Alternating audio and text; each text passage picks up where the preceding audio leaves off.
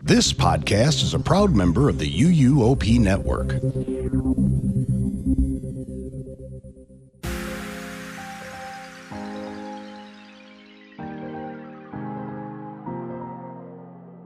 This is episode 617 of the unofficial Universal Orlando podcast for June 25th, 2024.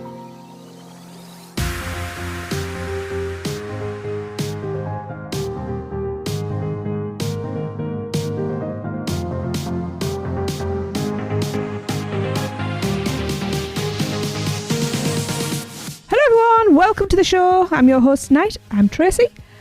And with me I have Lee. Hello everyone. I have Michelle. Hi. And I have Chris. What's up? How's everybody doing? All I got. That's all you got. That's all you got. Yeah. Good. I'm a little sad. I just got back from Universal, so happy but sad. Yeah. I hate that. It's always that bittersweet moment. My heart bleeds for you. Oh, I knew you'd be. I knew you'd be empathetically. Oh, never. It's just pathetic. Zing! And so it begins. Play the drums. Nope, he's just crying now. This is why I'm not allowed to host very often. Whatever. Get on with it. Anything new going on with anybody? No. You're going to make me drop it. Lies. No. See, these two don't even know. I know. And this is something we don't Drop normally it. do. Wait, no, drop Wait, it. did you decide you're coming here? So, as of 2 hours ago, we are officially booked for this year. Yes. Yay! Oh, okay. Nice. Yes.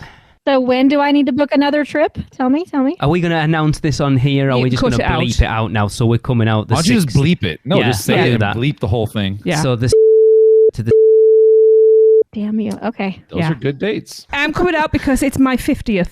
So anyway, we're coming out. Well, you could smell fresh baby, so. Exactly. Yes. 2 fresh babies. Ah, 3 fresh yay. babies. This is Kayla's as well. Yeah. Baby. Lots of babies. Baby. Please do not, because I will shoot you. You know how I feel about just Bieber. That's the only song I could think of that had 3 babies in it. Anyway, Wow. Dead wow. to me. Dead to Okay. me.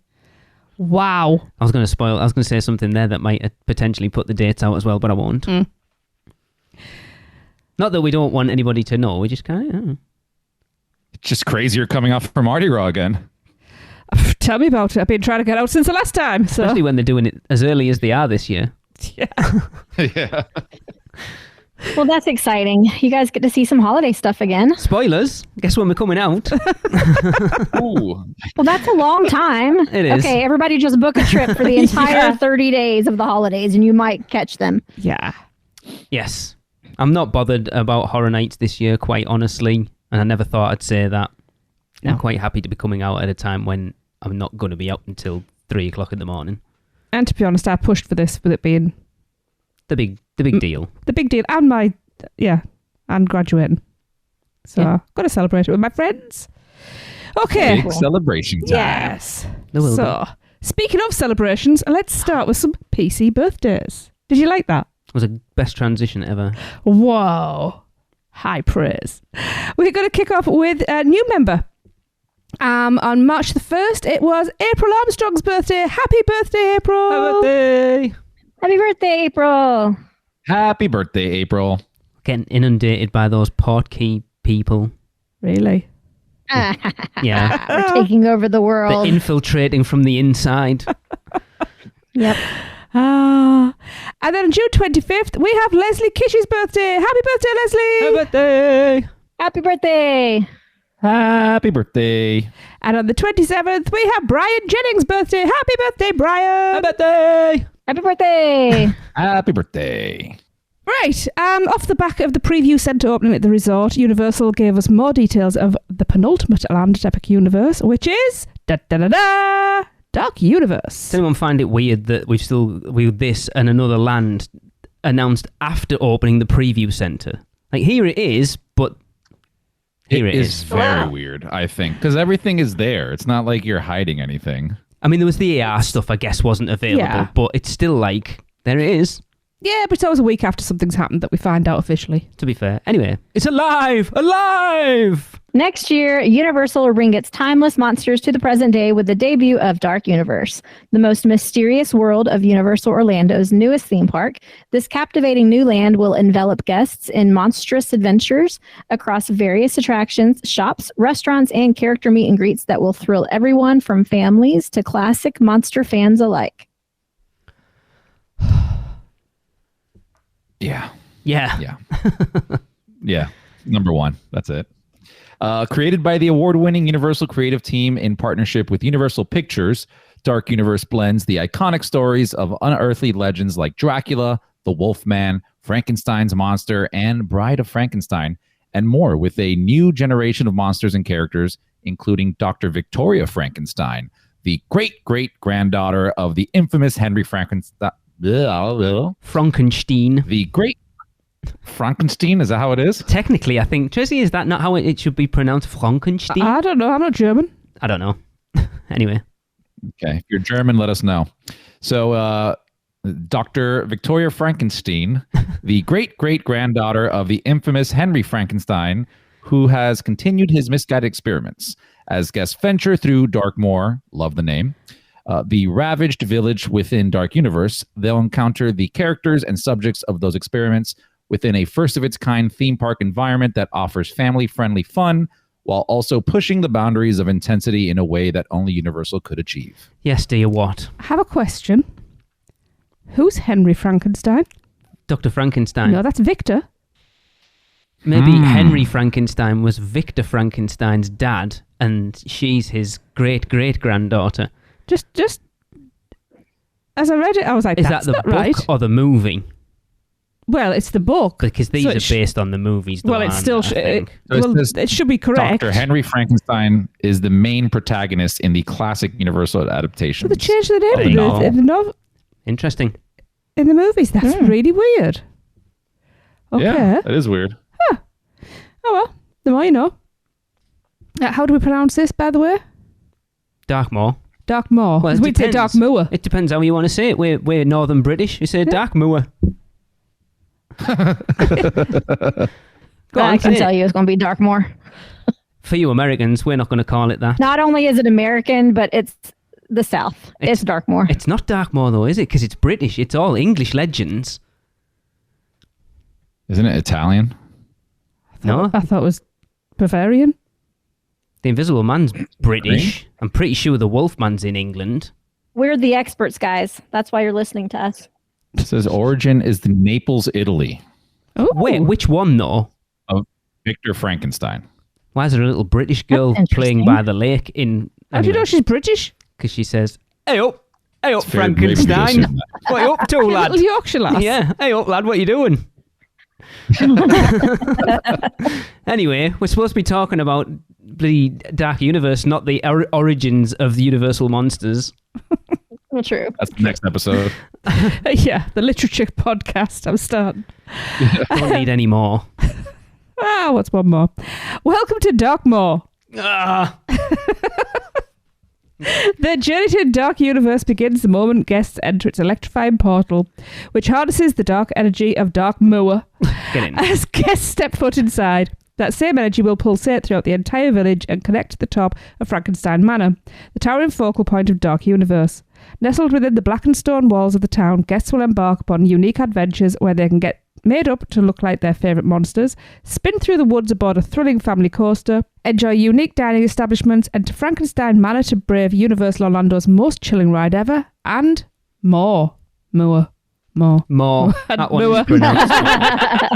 So I'm assuming you guys have watched the fly-through and the video that Universal put out. Yeah. I actually didn't because it was released while I was there and I didn't watch Michelle. it. And I'm not at all prepared. Shocking. But I was at Preview Center and I was able to do the interactive Okay, so you've seen thing it. with my phone. Okay, well, we'll talk about that later. But it looks amazing. It looks like Alton Towers. It's funny, Tracy and I. It really does. There's a very specific shot in that video, Chris, where it's kind of the camera's panning along Frankenstein Manor with it on the right hand side, and you can see that coaster, and it looks like Alton Towers. I was like, it's Alton Towers. It even has the towers. It looks like it's Alton crazy.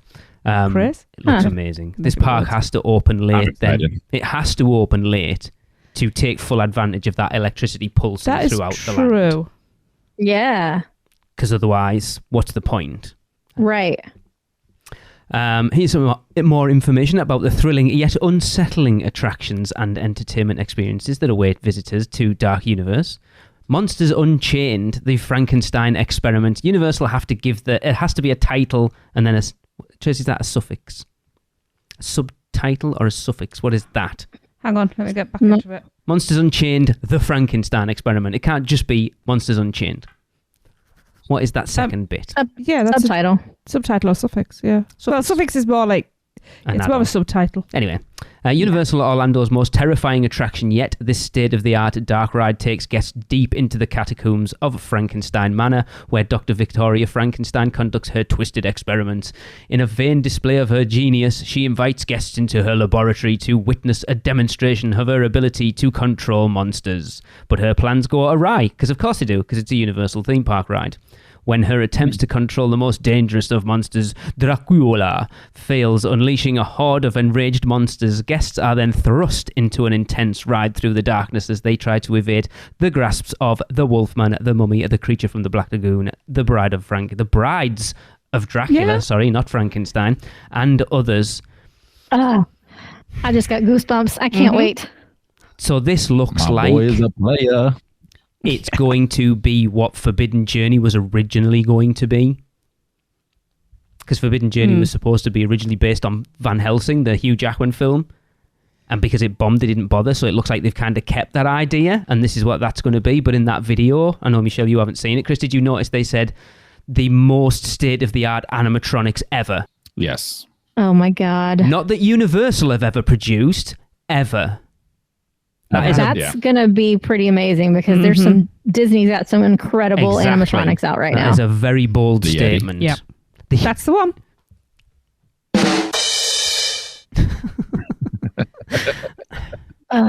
Guys, my dream is coming true. This is literally like the baby of Halloween Horror Nights and Daytime Universal, like smushed into one. Well, do you know what, right? So we've talked about on here how the reason that they're doing Monsters houses every year at Halloween Horror Nights is to get people prepped for this.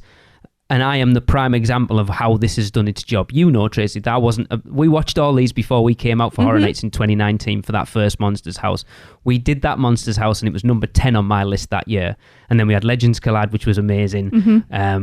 Monsters on Mask last year, which was phenomenal. And I am, because of those two houses, I am so excited for this land. It has done its job. So if that's true, does that mean our Monsters house this year is going to have something to do with the creature? No, apparently it's going to be Victoria Frankenstein. But we haven't had the creature in anything. Yeah, I'm sure it's... Lisa Frankenstein. There's a new TV show. Lisa Frankenstein. Lisa Frankenstein. Yes. I knew what you were saying, but I knew it sounded wrong. But you're right. The only time we've seen Gilman is 2019, and it was a very brief bit at the beginning of that house with a dead tortoise. So yeah, there's drowned tortoise. never getting over that. No, we know. But this is awesome. just... yeah. I can't wait. Yeah, this is by far, well, I wouldn't say by far because I'm really excited about the Fantastic Beasts area too, but these Fantastic Beasts and this are like neck and neck for me with how excited I am to see them. Okay. This is so head excited. and shoulders above everything else for me. Head and shoulders. Now that I think about it, I think this is a little bit above it because, I mean, I've seen Harry Potter stuff, so that stuff, like that whole magical land isn't going to be as new to me as this is. This is just completely unique and never been done before. And unlike, like they said in the blurb, unlike any theme park land we've seen, you know, how often have we heard Disney fanatics berating the fact that they never got Beastly Kingdom or that they've always wanted a fifth gate to be a villain land? So that dark side of Disney and Universal are the ones that are actually doing it. Yep. Yeah. Well, Disney has announced some villain stuff, but of course it's going to take them 40 years, literally. Is it Raps on the Monorail? Before it's open. Probably. Or on the resort buses. All right. Well, let's hear about the next one. Curse of the Werewolf. Deep in the woods that sit on the edge of Darkmoor, guests will find Curse of the Werewolf, a spinning family coaster inspired by the Wolfman. Guests will enter the encampment of the Guild of Mystics, where they'll be greeted by the Maleva? Don't know. No idea. The guild's all-knowing seer and leader, who warns them that they bear the mark of the werewolf. Guests then board a wagon and venture into the forest, racing to escape the werewolves before they become one themselves. To ride this at night with a full moon is going to be that front row nighttime Velocicoaster ride, isn't it? Oh, yes. Or Hagrid's After Dark. This is going to become that. Like that badge of honor is I rode Curse of the Werewolf on the full moon at night. Yes. With your face painted as the Oh werewolf. yeah. Oh yes. Guys, we all got to go get our face painted on our first epic trip. If Well, that, I'm glad you brought that up. I mean, that's our next segment right here. I'll hang on then. What I was going to say. Well, yeah, hang on one sec. Right. So speaking of face painting, the Darkmoor Monster Makeup Experience, where guests of all ages can become fashionably monstrous as they don elaborate face paint and temporary tattoos at Darkmoor Monster Makeup Experience. Temporary, Tracy? Tell them something. Yeah, but they don't have to be temporary, do they? It'd be cool if they weren't. Monster makers have converted Dr. Pretorius's infamous old lab into a parlor to continue the spirit of his demented experiments, and skilled artisans use their talents to transform guests' outer appearances so that they can showcase their fandom for the Universal monsters. Dr. Pretorius, anyone? Does not ring a bell. No. We need to do a deep dive episode about all of these characters. No. I've literally just spent 2 years reading these books and had them destroyed for me. So Dr. Septimus Pretorius is a fictional character who appears in the Universal film Bride of Frankenstein. I've not seen that one. So there you go.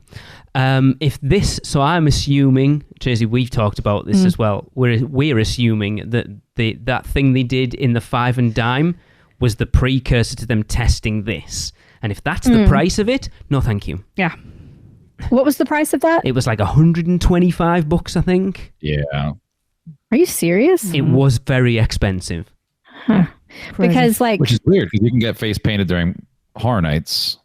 Yeah, at but a I much think cheaper rate. Those face paints are more like clown makeup, like what? Yeah, like what is it? Like face paint. Yeah, but Grease paint. Yeah, grease paint. Whereas this is like spray paint. They use like little air. What are they called? Those little air sprayers. Air guns. This is giving me very much Bibbidi Bobbidi Boutique. Yeah. The dark side vibes. As far as like they have an actual like setting for this. It's not just somewhere lit an outside little kiosk. This is like an indoor experience. Yes. Where the makeup artists are actually like in character and in costume, and the room itself seems very elaborate. So experience wise, I understand it having a higher price. However, like Bibbidi Bobbidi Boutique, you also, they have different packages that can include like a costume and all that. So I would guess that they would follow along those lines where you can do different levels.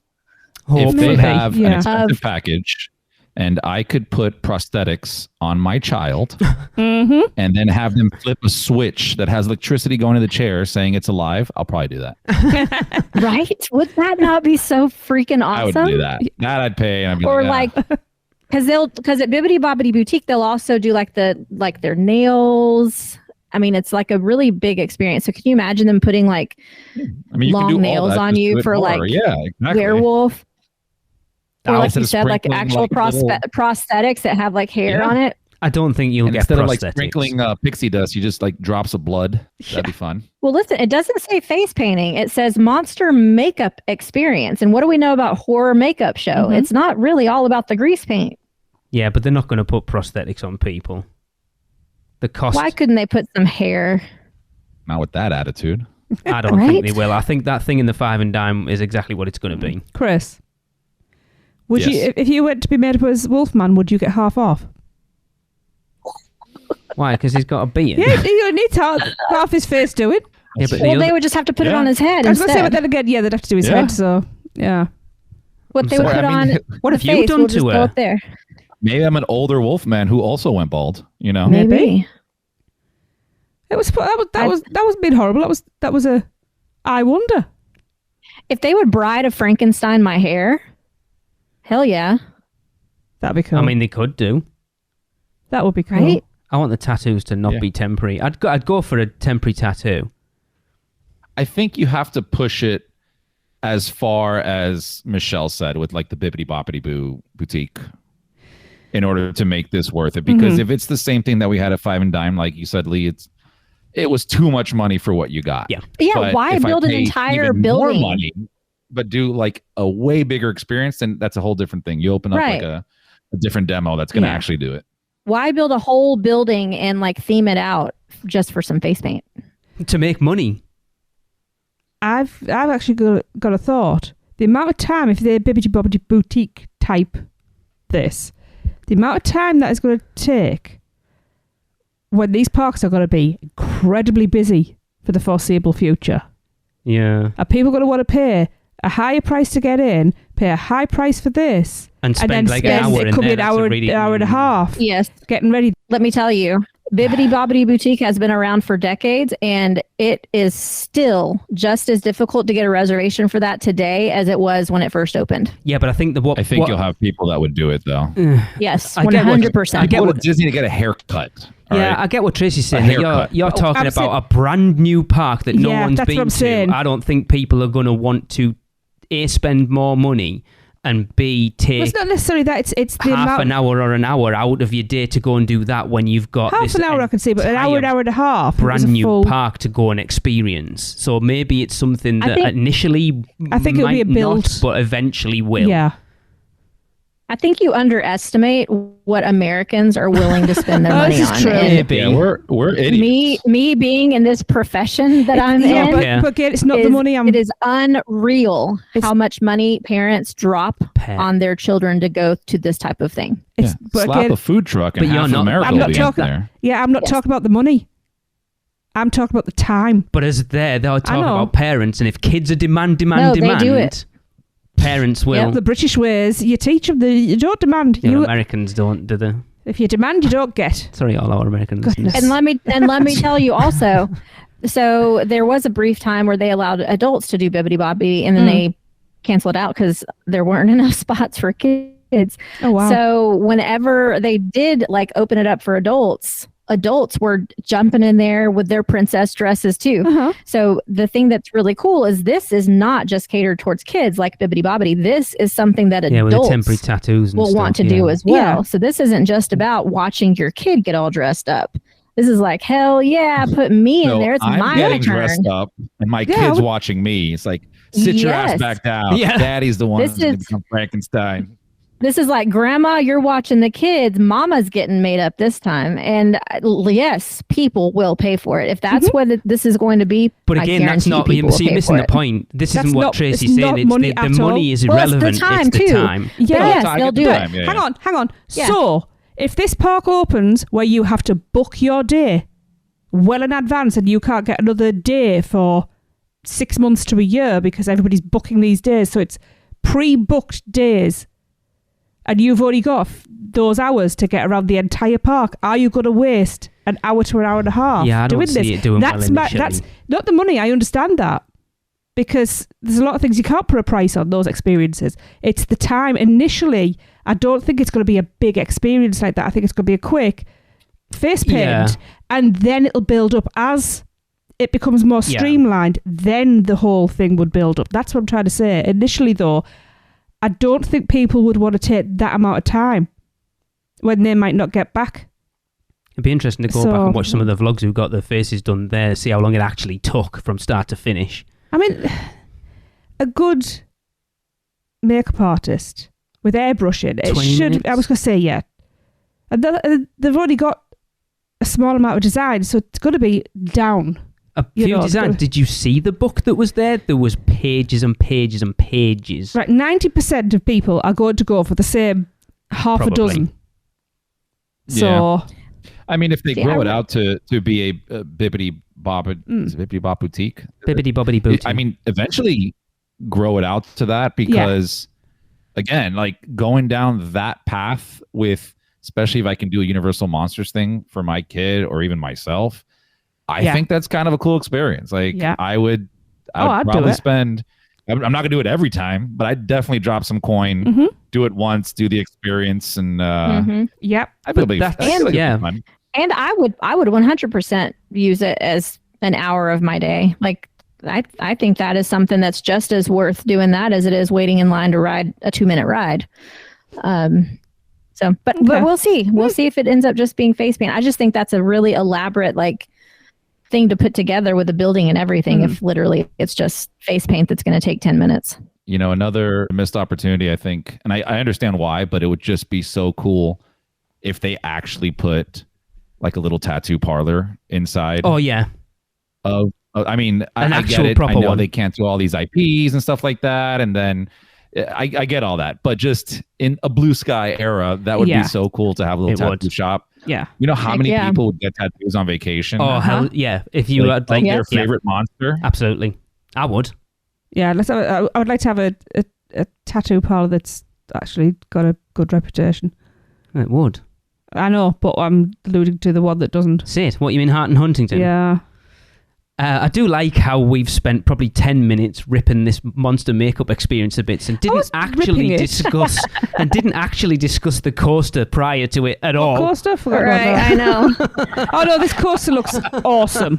Like literally, Chris went, but what about face paint? Yeah, there's a segue here, and I'm taking it, guys. We're just not going to talk about the coaster. Well, I just like the idea that they're starting the thought that they're start dipping into things that I wish that they have been doing for a long time. All these extra experiences. Agreed. So. I do agree that. So this is like a pinball wizard. What was the one that was in Dino Land? Primeval World. Yeah, I think it's been a bit more than that. No, but I'm saying so that mechanism. I mean that spinning mechanism. But on a spinning family coaster. That's gonna be so cool. The other thing about the whole, Darkmoor and all that, which I think is amazing, is the fact that they own that IP. Yes. Right? So they're going to be able to flesh out that land however they want to, which is going to be great. I mean, I think that's why we may be seeing like a lot more experiences, something like that there, rather than getting your face painted like Hermione or something. Because they don't have to go through legal to approve anything. They literally should be able to approve it themselves. Yeah, like dress me up as a flying broom. Is this coaster, this Curse of the Werewolf coaster, it says spinning family coaster, is it the same company building this one that built Guardians of the Galaxy for Disney? I have no idea. Mac, I think. That's building this one? Yeah. How the hell do you know that? Because I know how to read. She is on a podcast. So am I, and I don't know that. I think both coasters are Macs, aren't they? Is it Mac?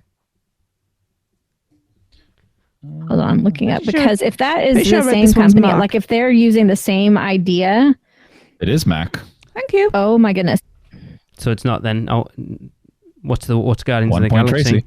Oh yeah. The Dutch company Vekoma. Oh, we like Vekoma. Yeah, we have a lot of Vekomas over here. Yeah, we're fans of Vekoma. Interesting. Yeah, Mac so it's not the same thing, but I think it's probably going to be the same style. And if that's the case, oh my God, Guardians is my favorite ride ever. Is Guardians a spinning one as well, or no? Yes, and it's so smooth and like perfect. It does worry me spinning on a coaster. Like, coasters are enough. We don't need to add spinning. Thanks very much. No, okay. If you ride Guardians, it's not like Men in Black spinning.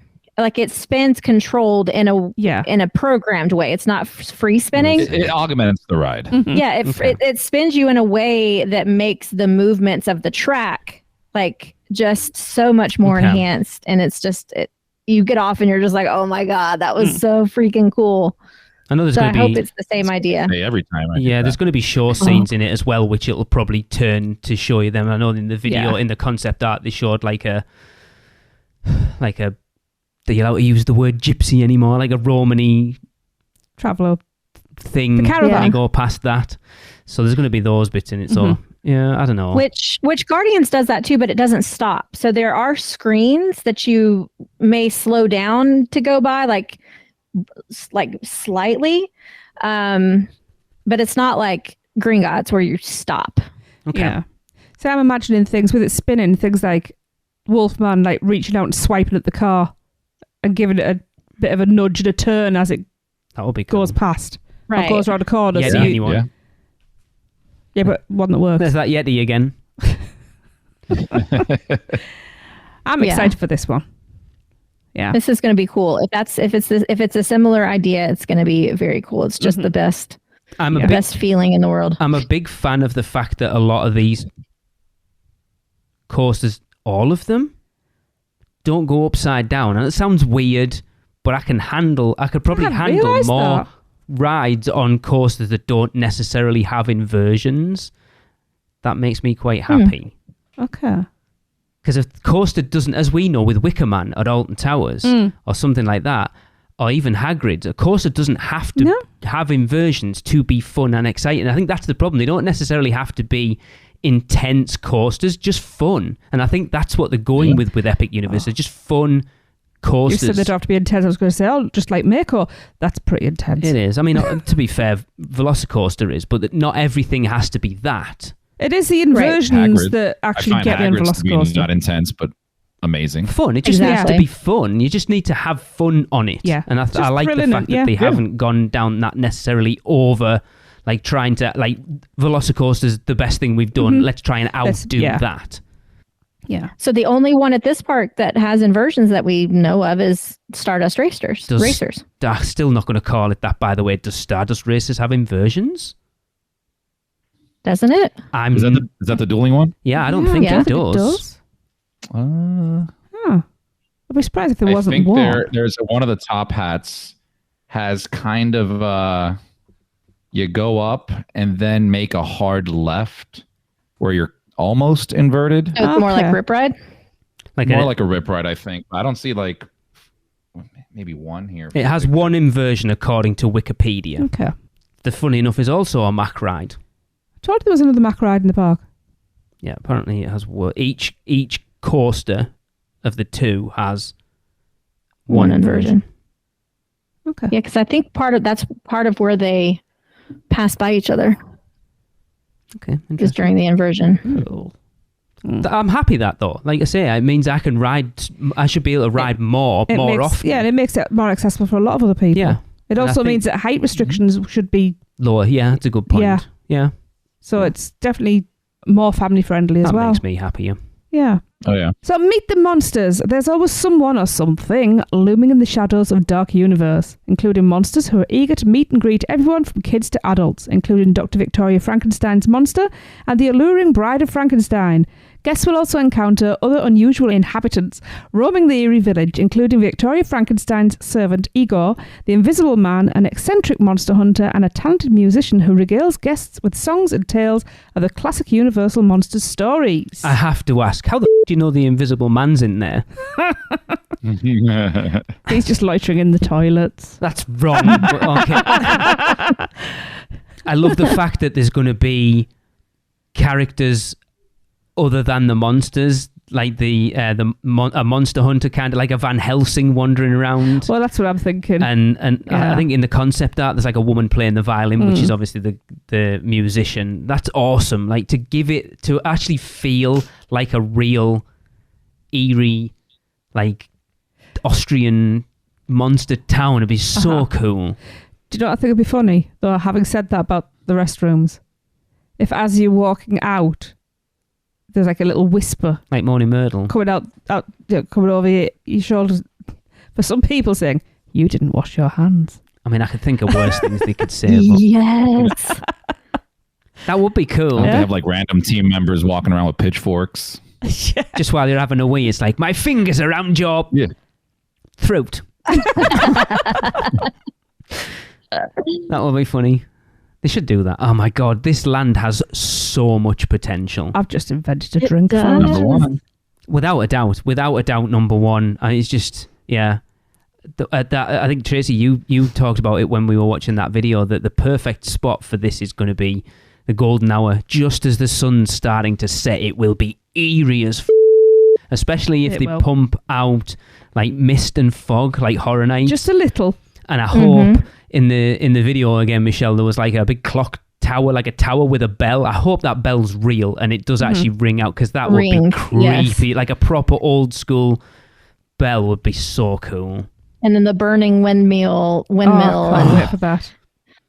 I didn't even think about synthetic fog. That would be amazing if they pump some of that every at night, nighttime. just at dusk would be like just a thin layer across the ground. So awesome. So when you think back to Horror Nights and Chupacabra and Blood Moon, the way they were set up with like the interior village, the village square type things.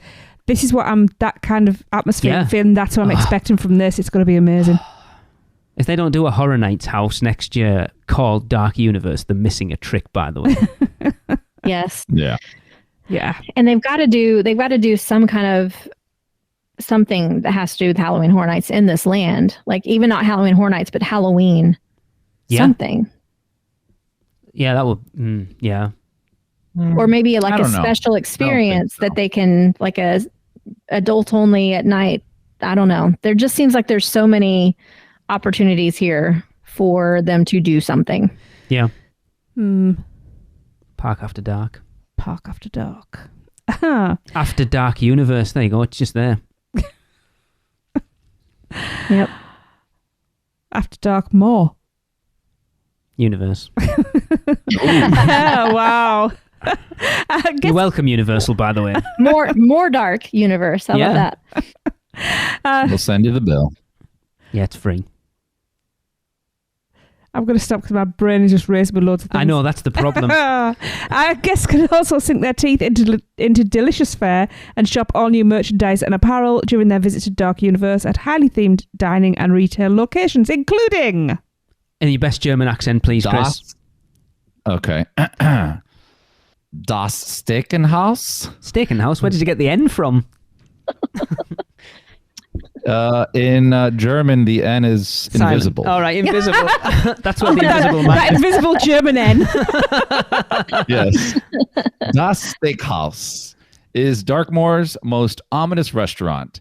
This establishment is a dining hall run by vampire familiars who size up unsuspecting patrons to be part of the vampire's feast. So cool.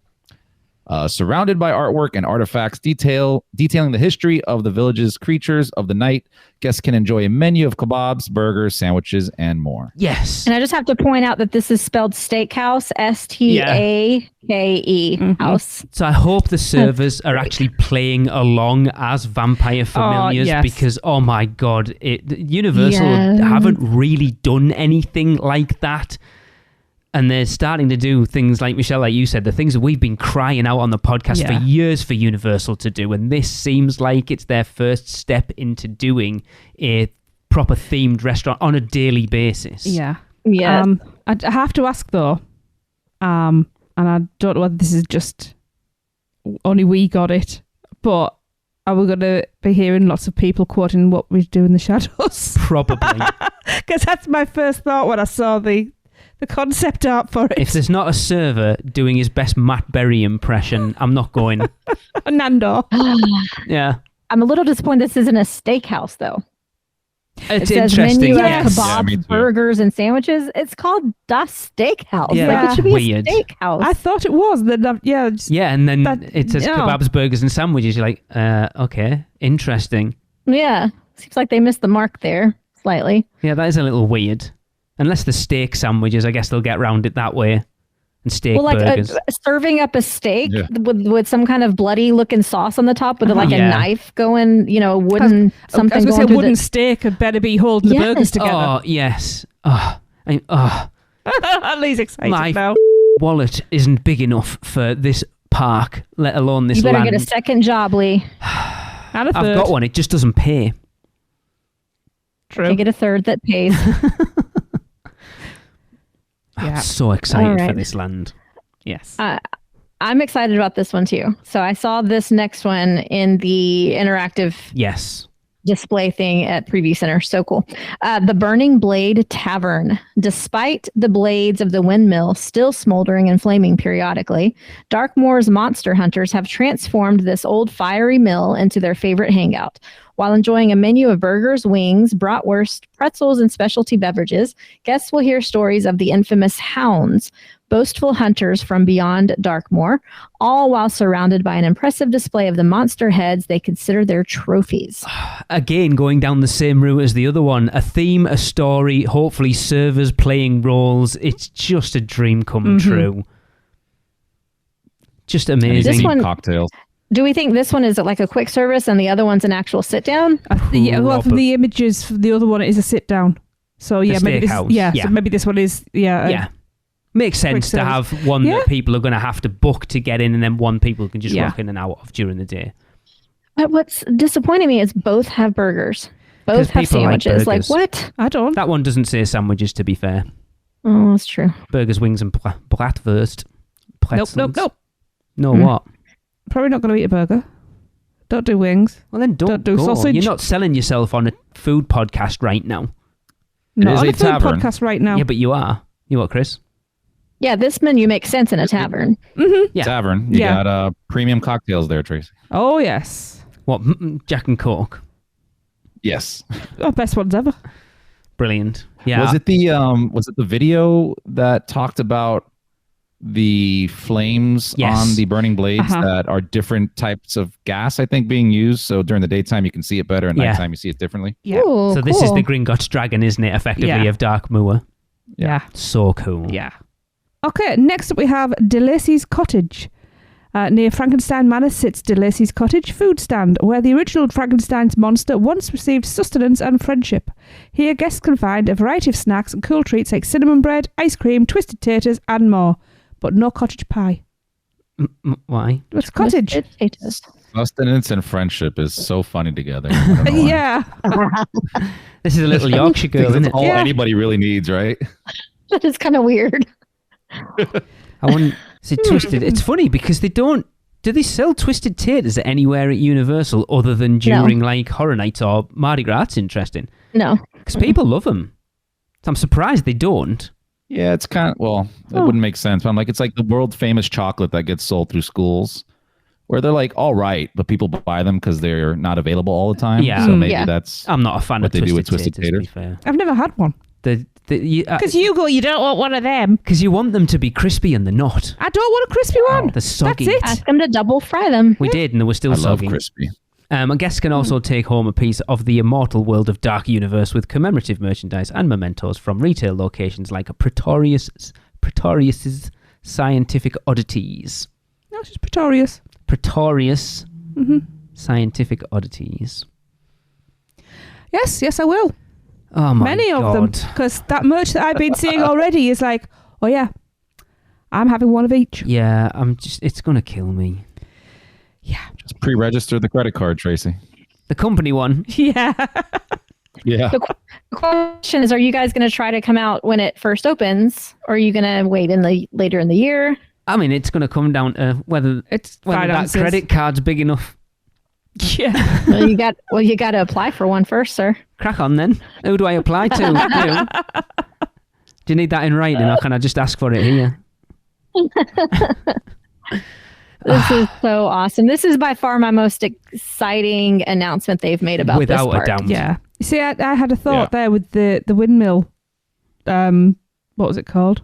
The Burning Blade Tavern. Yes. So we've got pretzels. Now, what have they just done with Shrek? Those Shrek pretzels are cool. What if they made windmill pretzels? That would be cool. Or a Frankenstein. With a it should be a spicy dip. Frankenstein's head. That's what it's going to be. with a spicy dip, Yeah. It'll be Frankenstein Yeah. monster's head. Yeah. That's what it'll be. probably. Yeah, I'm very, very excited for this. I was excited before the announcement. I'm just, the rest of them. This is where I Wow. wanna go. Honestly. I mean, I could spend all day in this one area. Oh, easily. Yeah. Easily. Mm-hmm. And Well, lucky for us, there's an expansion plot right next to it. I think it will be Yeah. Mhm. the most picturesque land, quite honestly, Mhm. I think so. because it's unlike anything else in Orlando. Mm-hmm. To be fair, if Super Nintendo World didn't exist yet, Yeah. I think the conversation would be a bit different, right? Yes. Because like to think of being inside of a Nintendo video game is mind-blowing as well. But I think since we've seen it already so much, some of us here even more so in person. Yeah, I mean, it's all right, you know. um, Shut up. Yeah. I think that changes the conversation. But Agreed. with that aside, Yeah. I agree with you. This is by far one of the coolest lands, and I'm glad they own the IPs on this. I said that earlier, Yeah. but I am glad they own it because they can do whatever the hell they want. That's exactly what I was just about to say, because think about not only they can do whatever they want, they don't have to get permission, but also they've got like a much bigger budget for this land because they didn't have to pay for an IP. Yeah. So budget's bigger. They have creative freedom 100%. And I think that's also why most of us HHN like fans really love the originals so much. They're allowed to do what they want to, and they can really build them out. Whereas like when they do Stranger Things, they're really limited as to what they're allowed to do. And sometimes they miss the mark. This is just going to be like, they're going to knock it out the park. Yeah. The thing with Horror Nights houses as well, are the IPs, just going off tack a little bit, is you have a preconceived idea of what that house is going to be. So, Chris, someone says The Last of Us, and instantly you picture that house in your head, and it's never going to be what you imagine. Whereas an original, you have no idea what it's going to be. You can kind of imagine certain things, but you know what you expect from an IP house, especially if you're a fan of that IP, and it's never going to be what you want it to be because of those limitations. True. But this just looks amazing. Mm-hmm. It really does. It really, really does. Yeah. Very excited for it. Okay, and we are going to move on to some more Producers Club birthdays. So the 28th of June, we have Adam Pagan's birthday. Happy birthday, Adam! Happy birthday! Happy birthday. Happy birthday, Adam. And we have birthday triplets. This doesn't happen very often.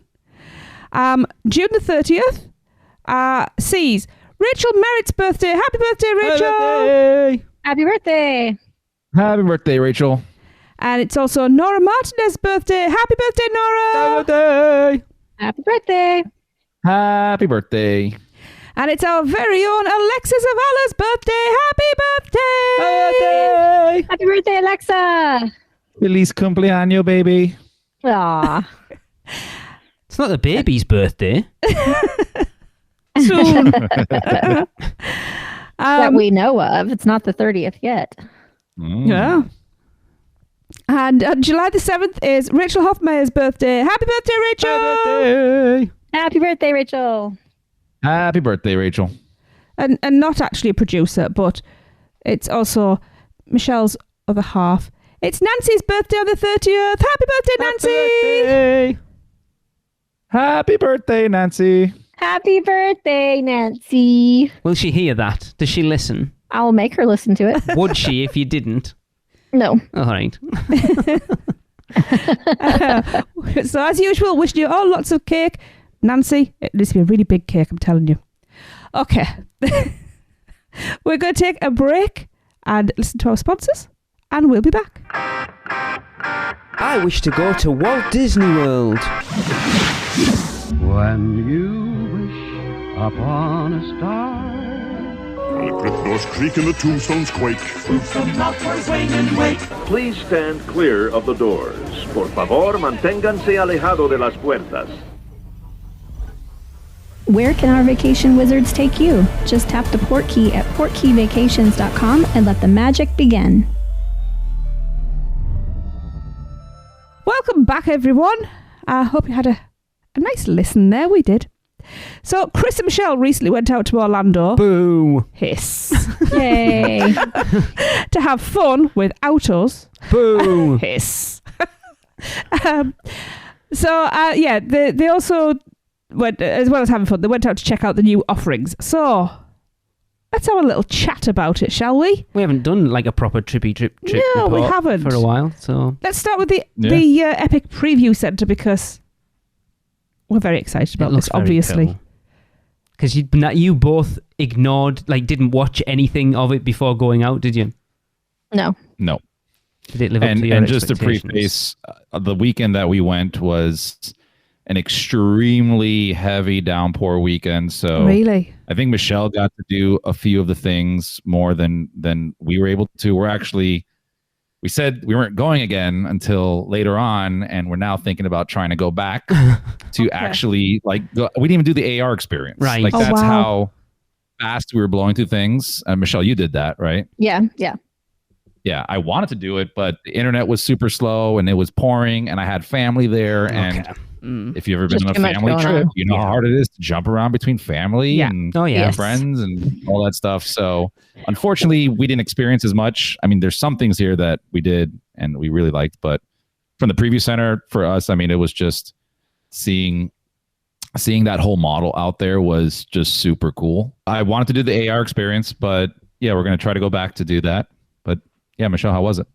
It was super cool. So we actually popped in there for about a good 20 minutes or so while we were waiting for our reservation at Cowfish. And it was so cool. Like so the center of the room is just this giant model. And then all around it, you have to download this app. They tell you how to do it. So you download this app and then you point your camera at different parts of the model, and in your phone, it brings it to life. So it'll like put little people walking through or characters or the Wolfman jumping around. Nice. And if you aim it at certain buildings, it'll show you like a little clip of what it's going to look like inside the buildings too. So there's some little secret things or like the ride, the dark ride at Dark Universe. It showed a little bit of that. So it's a very, very cool idea for sure. And then all around the room, they've got all of the different portals set up as like areas where you can take pictures, which I actually did not do. But there's it was slammed when I went as well. I can imagine. It was hard to take of photos. course. Yeah, it was pretty busy. And then each portal has like its own merchandise kind of in that area too. So it was neat. It really was. Sometimes it was difficult to get into the model just because there were so many people standing around. Yeah.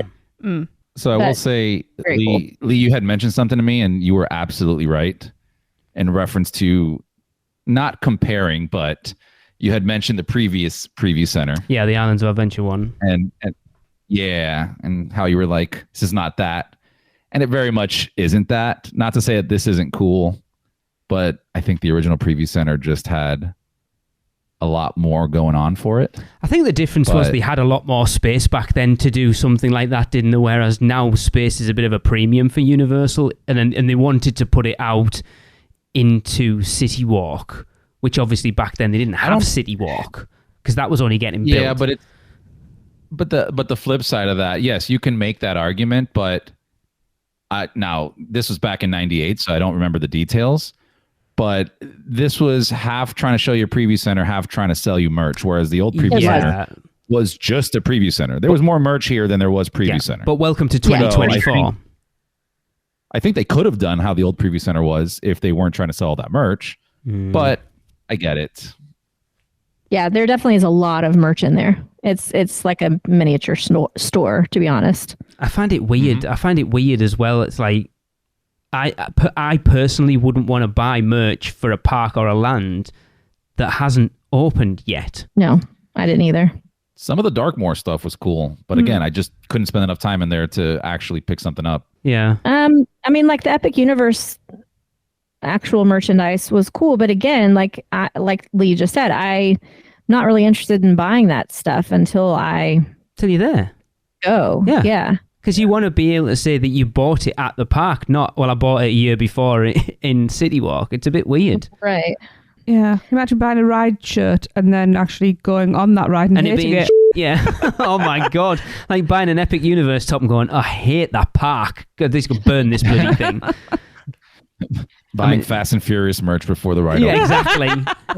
Yeah. I think that's just 2024, Guys, this isn't is it? going to be the best ever. Yeah. I think that's just 2024. It's any opportunity to sell merch to people now. Look at when they do for Horror Nights. Surprised they weren't selling butterbeers in there. Yeah. Don't give them time. Yeah. But it was cool. I mean, it was something that they didn't have to do. True. Yeah, I wasn't knocking it. I'm just comparing it because I haven't seen the other one, but it's cool either way. Does it educate people like the commoner who doesn't the commoner? You mean the sweaty masses? Who doesn't obsess about the parks like we do? 1% speak. I don't know, but no, I mean, you know what I mean? Like just the normal day guest who visits and they don't go like all the time. Do you think, Chris, that it was enough in there to really educate those people of what to expect? I don't think so, because you really had to I took my family there. I took my family in there, and I was like, "This is." I'm explaining to them. They're like, "Oh, okay," and they just walked away. Like, it just looks like a model there, and like, oh, it looks like a cool model. I guarantee you, there's people walking in there going, "Oh, it's a model of this park. Cool." Yes. Like yes. islands or something. Like not even thinking, no, that's a brand new thing. It's weird though, isn't it? Because you don't realize how immersed in this stuff we are until you talk to people who aren't as immersed in it. I said before, one of the girls at work, the one who asked me about Horror Nights and like, what's the deal with tickets and stuff, and she got an answer she didn't expect to get. You do like to go a bit over the top as well, though. She said to me a couple of months back, like, "Oh, have you seen they're building a new theme park, Universal?" And I'm like, "Where the hell have you been?" Right. Like, no, that's brand new information. It's like, yeah, we went over in my friend's car and kind of drove around it when we were over there last year. So yeah, I know they're building a new park over there. Sorry, Kirsty. Look, they're not alone in that. No. Literally, I was telling my parents, which they have annual passes. They come to the parks. They get emails. They get stuff. But unless you're really, I think you have to like be kind of, I don't want to say obsessed, but the way we are into it, or more than just your average, as Michelle would say, commoner. The unwashed masses. My mom was, I took her in there and she loves seeing all this stuff, and I showed her all this, and she's literally asking me, she's like, "But what is it? Like, is it a new park or is it Universal?" And I had to explain that. So interesting. I don't know if for your average park goer, whether that comes across that way. I don't think it translated. Yeah, because this trip I was with my family too. I took my sister, who's never been to Universal at all, for her 60th birthday. And so when we went in there, I too had to explain it to her. And she was like, "Oh, so this is a new park?" "Yeah." "Is it like, where is it going to be? Is it like here? Or is it a different city?" Like I'm a like, mile "No, down the road. It's here. Like, it's part of Universal." Like, I think the old preview center did a better job at getting people up to date, because you walked in and you'd get the passport and you got to go to these things to get stamps. These are different lands in a new park, and you're doing an activity, whereas when you walked in here, there was a lady holding a sign that had a QR code for you to download the app to do the AR. Right. And to your average person, I'm not downloading another app. And then I was trying to download the app. Internet sucked in there, so I couldn't even get it in time to do the AR experience. And that's why I didn't do it, because it's just slow in there. Yeah. And so it's I think the knowledge transfer is it's not great. Right. But yeah. And out of the probably maybe 50 to 75 people that were in there at the time that I was, there were only, I think, maybe 3 of us that were doing the AR with our phones. Okay. That's a shame. Odd. Yeah. Okay. That was a longer discussion than I expected it to be. Let's discuss DreamWorks Land, which it looks so it cool. looks awesome. We've watched a ton of vlogs. It looks cool. Chris, why don't you start that out? Because you had your little niece with you, didn't you? I did. Well, kind of. Just towards the end for a little bit. I'll say for DreamWorks Land, I didn't get to experience that either as much, because the one day that we did was Friday, and that day we met up with our group that was there, Griswolds, Jill, Madeline, Kyle, and we explored DreamWorks Land. But it was raining really bad, so a lot of the characters and things that are supposed to be happening aren't going on at that time. There was even like water features, from what I could tell, that were off in the area. That aside, it is a gorgeous area. It is, I think it's a fantastic addition to the area from a adult's perspective, at least. We did, Lex and I have done the old one before, but I think visually it's stunning. Roller coaster, it's Woody Woodpecker rethemed. Yeah. I think the panda, the Kung Fu Panda area is beautiful as well. There's water features there. You can do some interactive stuff. I didn't see the There, again, on the inside, there's supposed to be some kind of character thing that Yeah, you we've watched interact it. with. It's They cool. weren't there because it was raining. So I have to go back. Like, again, we were going to go back on Sunday to do this, but Sunday was 8,000 degrees. Alexa wasn't feeling too great, Yeah. and we just couldn't do another park day Fair there. enough. So I'd hope to go back to experience it. We did get some food. I will say food wasn't amazing. Uh-huh. I never got the hot dog thing The swamp because they dog. sold out the Wow. swamp dog. I wanted it so bad, but they kept on selling out. So I ended up getting some kind of, it wasn't the pretzel, it was something else there. It was the waffle it thing. was like a grilled cheese. The pizza waffle thing. Yeah. Not good. No. Really? That was, I didn't even finish it. Yeah. I had Wow. like 2 bites. There's not enough stuff on the inside. Like it's Oh. very thin. It's kind of dry. And even with the sauce, it just wasn't there. I gave it to Alexa. She didn't like it either. I Because don't know if on anybody else paper, tried it. on paper, it looks great. Like, what's not to like? Waffle 100%. pizza? Hey, yeah. Yeah, I think if they shoved like more stuffings in there, Okay. like more cheese or Yeah. something, it would be better. But not as it was. But yeah, that would be. Yeah, we want to go back and try more stuff. We Okay. just again we couldn't. It was just a muggy day. Mm. Yeah. So I had a differently similar experience. So it wasn't raining, but we entered that land at about 7 p.m. with a park close time of 9 p.m. And there was already, it felt like there was already a lot closed. Like Yes. the characters weren't out anymore. So I didn't see any of them. And there were 2 shows happening at 7:30. One was the Poe Live and one was the DreamWorks character, whatever it was. So we chose to go and do the Poe Live. Okay. Um, Which looks super cool. so Yeah. oh, it was all right. But let me just talk walking through. Overall, as Chris said, it's a great addition. It was needed. It's a great place for people that have young children. The park needed that.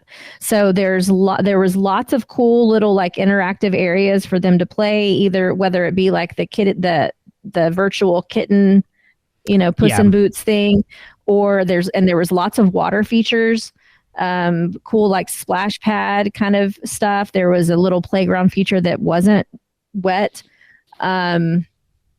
So a very cool place for families to go and just chill and let their kids be kids for a while. I did not go up like in the swamp play area thing at all. I wanted to, but I didn't. looks like Camp Jurassic. Yeah, with all the climbing stuff and Yeah. the slides and stuff. The one that farts when you come down. See, I love that. Only at Universal, there's a slide where you go down and it makes farty noises as you go down. Oh, hilarious. Yeah. There was a lot of kids up there, so I wasn't going to rain on their parade, but yeah, a very needed addition. So I did Troller Coaster. Again, it's the same as it was before. It's just painted much prettier. And I love the little butt crack on the back of the train. It cracks me up. Pardon the pun. It cracks So you that up. was- Oh. It cracks me up. It was fun. And then Poe Live, I had high expectations for based on Turtle Talk with Crush Yes. experience over at Epcot. It really 100% missed the mark for me. Really? I was sad about it. Yeah, because we got there like 15 minutes before the show started. We sat down, we were chilling. So it's that whole Curious George ball pit area in the back. And they did not take down that structure at all. All they did was take off the walls. So it's still covered, but there's no walls around it. But you still have that upper level where you can go up there and stand if you want to watch the show from up there. There's a few benches around like the perimeter, but the whole middle floor is just open. I don't know if that area ever gets packed for those shows, but when I was there, it was not. There was maybe 50 people in there. Just to add to your bench thing, did you feel like there was not that much seating in that land? No, there really wasn't. Like even when you're eating your food, we were just sitting like on a ledge somewhere, and it's kind of annoying. Yeah, that's one thing. I hate that about theme parks, especially Universal, when there's a lot of grab and go stuff that there's nowhere to grab and go Nowhere to. to go. Yeah. Right. Yeah. They want you to go. Yeah, that's the problem. Yep. Well, back to Poe Live. So the screen itself, I don't know if somebody damaged it or they just didn't install it well, but there's like a line that goes like straight down the middle of the screen. Ooh. That looked very distracting to me.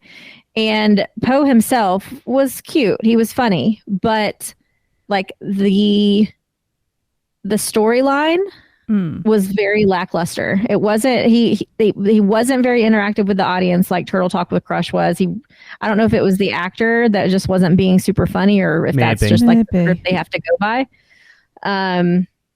But like, them making you get up and try to learn these silly kung fu moves, they could have done it better. Like like half of the room was like a tiger and they just had to go roar. Okay. And the other half had to put their hands in the air and do a little kick. And that was it. Like it was kind of stupid. And then we had to yell every time we saw Ling Ling. Yeah. It was not Turtle Talk with Crush. Because we watched imagination. Jackie Super Enthused, we watched her vlog from it. It looked all right. Nah, it's a shame. It wasn't. It wasn't. It was okay. It was just okay. And then it just kind of ended. It just kind of abruptly was like, okay, bye. And he only interacted with one person in the audience like the whole time. There was no like overall audience interaction. It was just like... Oh, that's weird. No, to be fair, when Jackie did it, it was just her. I know, but that's what I'm saying, though. It's weird, though. Yeah. Because when you've done other things like that, there's other audience members are pulled into it as well.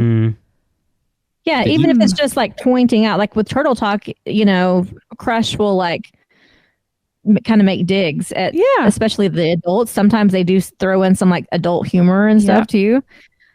This felt very scripted. Oh, okay. I had high hopes for that because you what they do with the Mystic Fountain. Yeah, because that was always one of our favorites. Yeah, we do.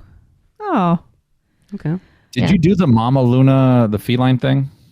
No, I didn't go in there. I saw it. I watched a bunch of kids in there doing it, but I didn't go in there. Can I say that is, I think, the weirdest attraction I've ever seen. I've only seen bits and bobs of it, but it looks like a video screen interactive thing. Or you go and pet cats. No, that's the thing.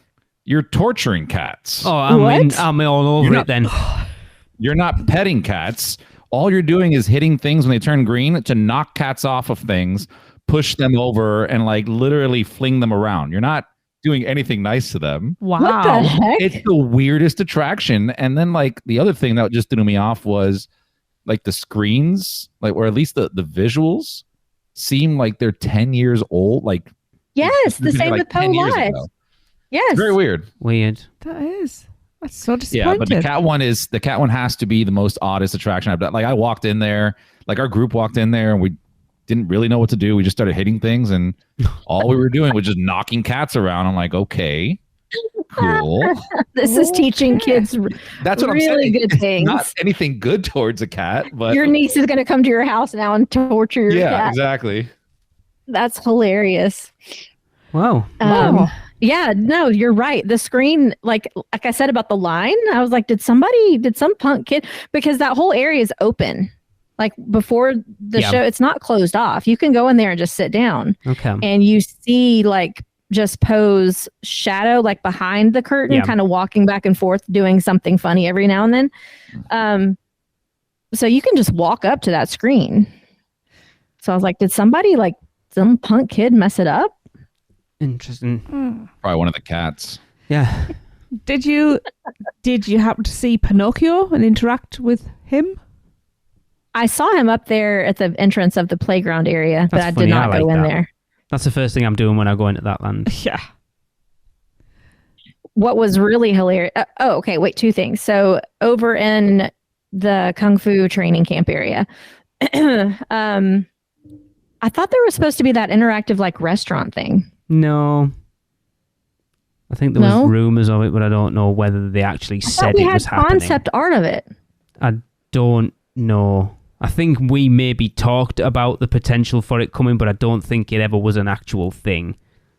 I don't know. I'm going to look up. I can guarantee you there's concept art. But anyway. Yeah, but isn't that I was out kind in of disappointed Hollywood? that wasn't there. I think that's out in Hollywood. I don't think there was ever talk of it being here.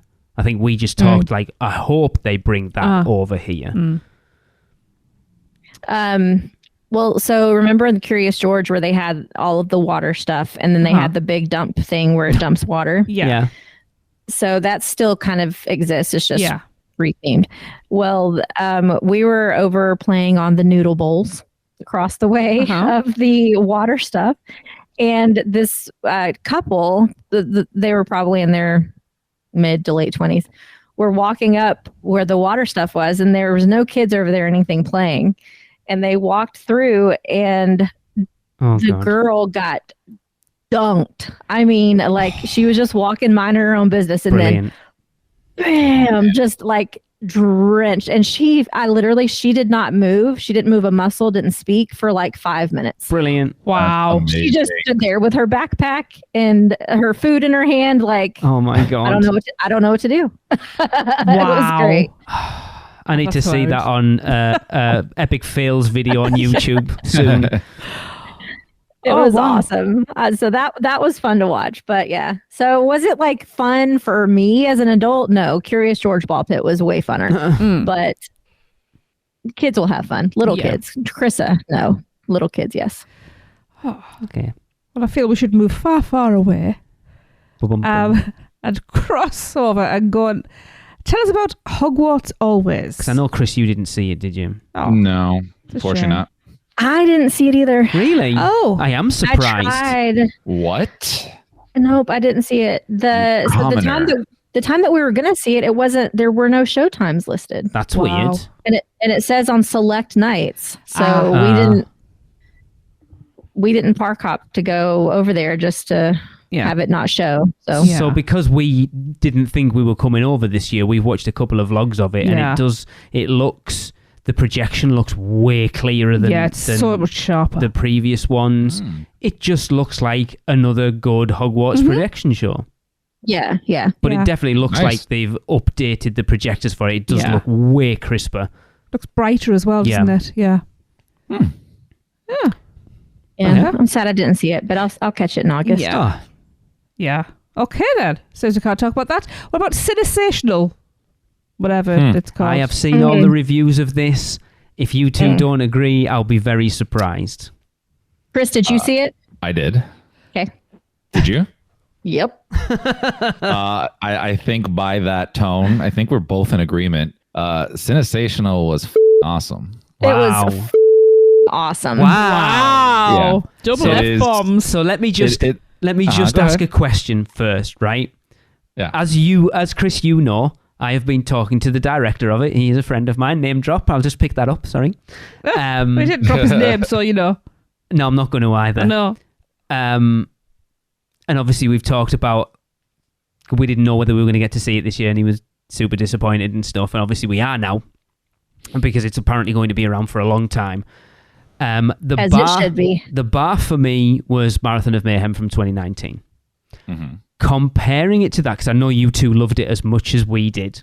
Comparing it to that, better, the same, or I'm guessing not worse.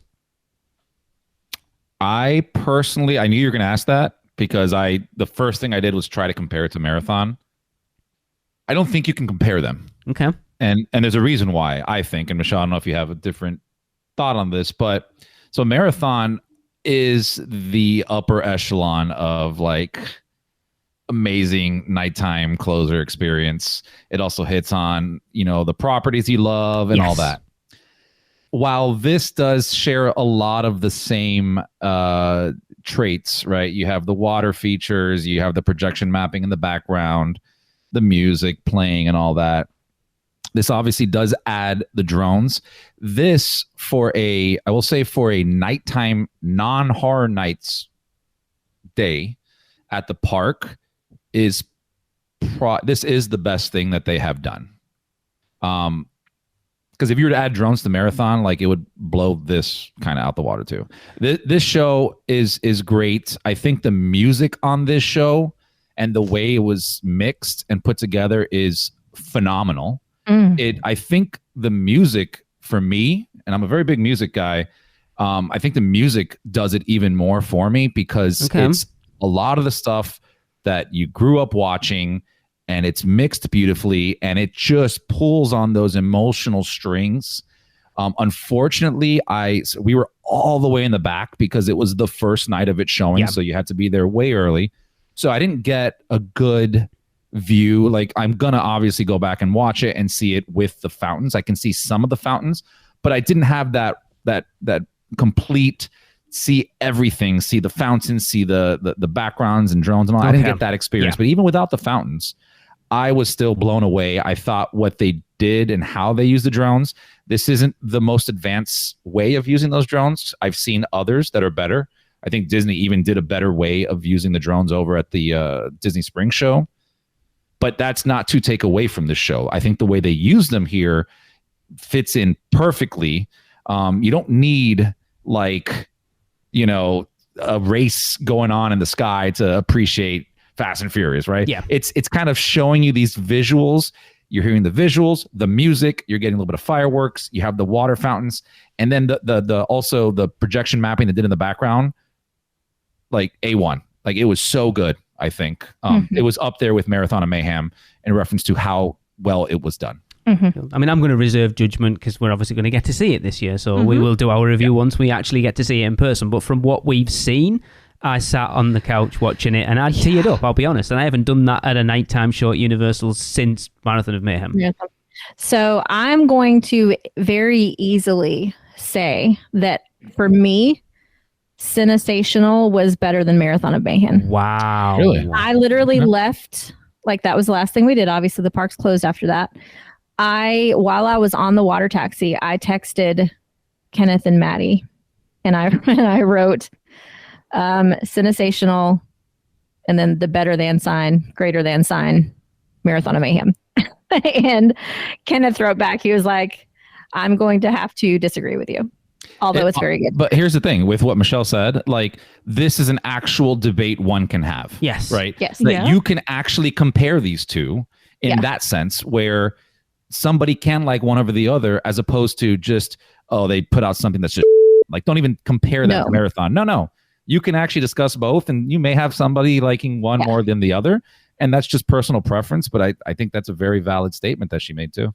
Yep. Well, for me, it was the drones that put it over for Marathon of Mayhem. So I'd agree with you, Chris. If they would do Marathon of Mayhem and add in the drones, Marathon would probably take it back over. Yeah. However, the addition of the drones just tipped it over the edge. The drones for me. are so great. They were just used perfectly, I think.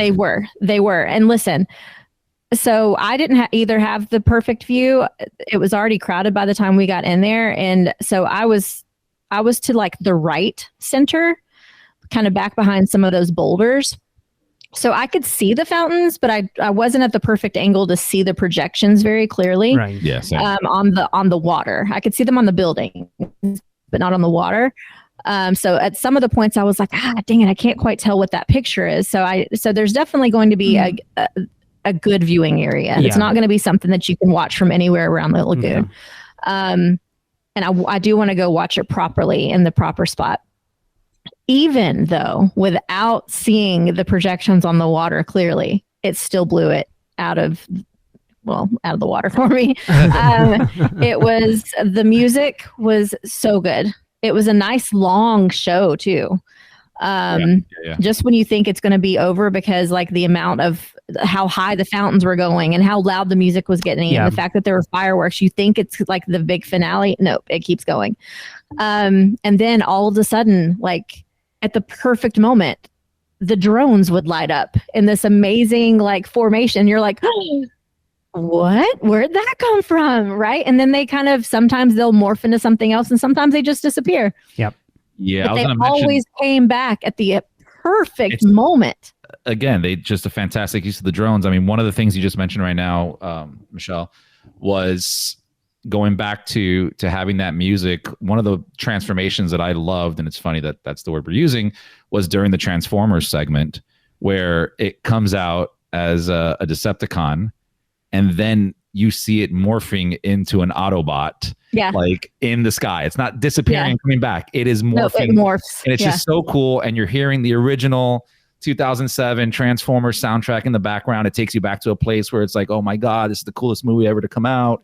And it's just, it puts you in a state of mind.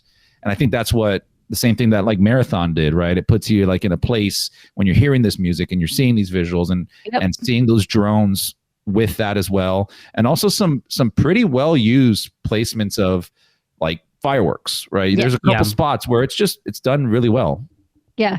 I mean, and this will tell you how good the show was. This above all else, especially you and Tracy and Lee, because you guys have had teenagers before.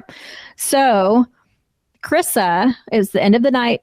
She's 13. She's moody. She's in that doesn't want to talk stage. Oh, I can't relate. She thinks everything is uncool. Oh, God.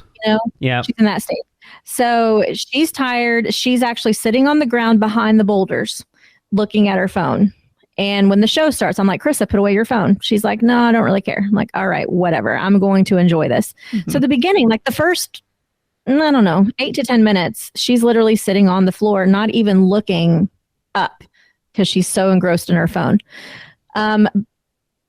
Shortly after that, something, I don't remember what it was that came up that got her attention. I looked down, she's got the phone put away. She's still sitting though. By the end of the thing, she was phone was out, but recording and standing up, beaming, smiling, singing along, and actually even dancing a little bit. Wow. And then she would be like, something would happen with the drones and she'd be like, oh my gosh, how did they do that? Like she kept doing the mind blown thing with her hand. For a teenager in that stage of life to be impressed is like the biggest compliment you can get. Yeah, absolutely. So I went from literally just standing there, kind of thinking my feet are hurting, watching the show, to singing, to dancing with Audrey and being silly, singing at the top of our lungs, throwing our hands in the air, to tearing up, to clapping all throughout the thing, not just at the end, but clapping at various moments throughout the thing, cheering, going, whoa, because it was so awesome.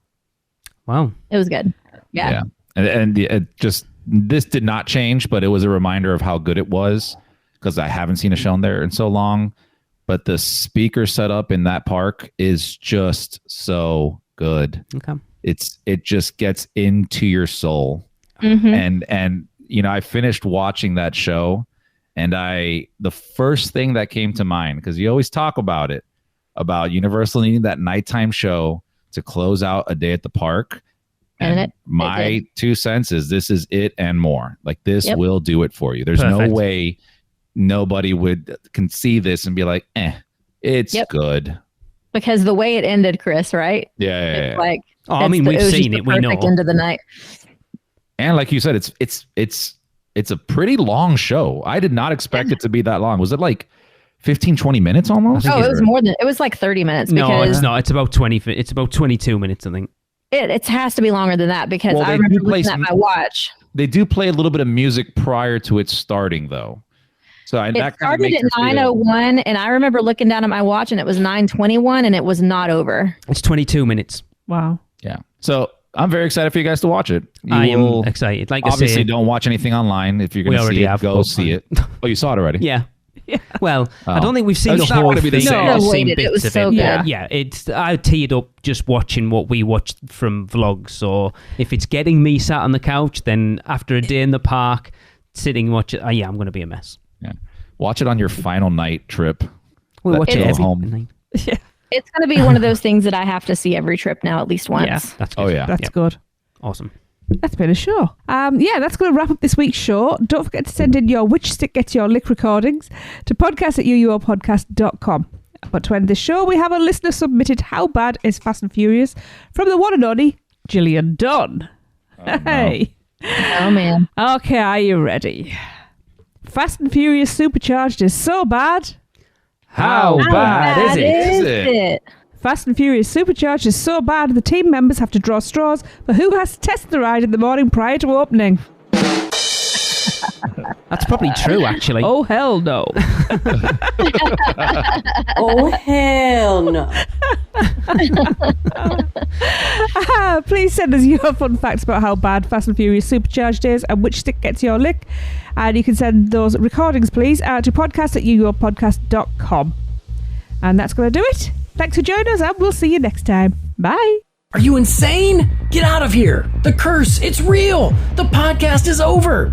So, the Magi want you to check us out on Facebook, Instagram, X, YouTube, TikTok, and Pinterest. Just search UUO Podcast. For all the podcast news and articles, check out our blog at uuopodcast.com. Contact us by emailing us at podcast@uuopodcast.com. And if you want to join the Producers Club, email us at uuopproducers@gmail.com. Silence! With your subscriptions, we shall rule for all eternity.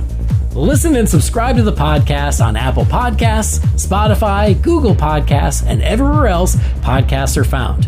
Not even the Magi can save you now. There is no escape. Your end shall be my beginning. Prepare yourself for your next trip by emailing Michelle at portkeyvacations.com. She can take care of all aspects of your next Universal Orlando vacation. We hope you enjoyed your podcast. Please remain seated and keep your arms and legs inside the prepare to forfeit your souls. Check out the other podcasts on the UUOP network. Rush of Fear Halloween Horror Nights podcast, the theme park duo for all your West Coast news and info, and the Taste of Universal Orlando food podcast. So hey, welcome back. Hope you enjoyed the podcast. I would have enjoyed this podcast a lot more if I had gotten my cup of coffee.